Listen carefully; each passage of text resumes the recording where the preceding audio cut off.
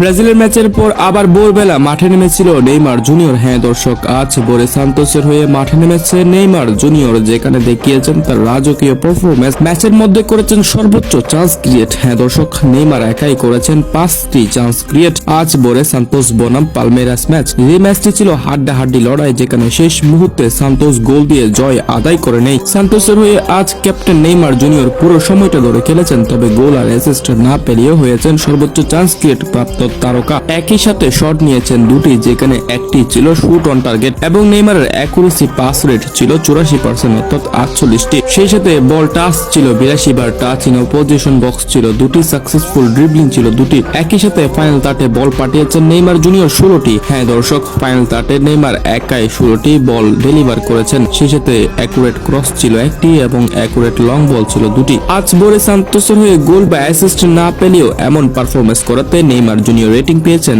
8.2। হ্যাঁ দর্শক, আজ নেইমার পেয়েছেন 8.2 রেটিং। তার প্রধান কারণ হলো তার ফাইনাল তাটে বল পাঠানো এবং সর্বোচ্চ চান্স ক্রিয়েট করা। একই সাথে ম্যাচের মধ্যে টার্নিং পয়েন্ট গুলোতে গুরুত্বপূর্ণ ভূমিকা রাখা। সব মিলিয়ে আজ নেইমারের পারফরমেন্স ছিল চোখে দেখার মতো। দেখুন না, গতকাল ব্রাজিল ম্যাচ জয় তুলে নেয় 2-0 গোলের ব্যবধানে। আজ আবার ভোরবেলা নেইমারের দুর্দান্ত পারফরমেন্স। সবকিছু যেন ব্রাজিলিয়ানদের আনন্দই চলছে। আশা করি নেইমার জুনিয়র এভাবেই তার ধারাবাহিক পারফরমেন্স গুলো বজায় রাখবে এবং একদিন কার্লো আনচেলত্তি নেইমারকে ব্রাজিল দলে আনবেই। নেইমার, তুমি শুধু এভাবেই পারফরমেন্স করে যাও, আমরা তোমার পারফরমেন্সে মুগ্ধ। আমরা তোমার জন্য এখন অপেক্ষা করে আছি ব্রাজিল দলে, তুমি আসবে রাজার মতো।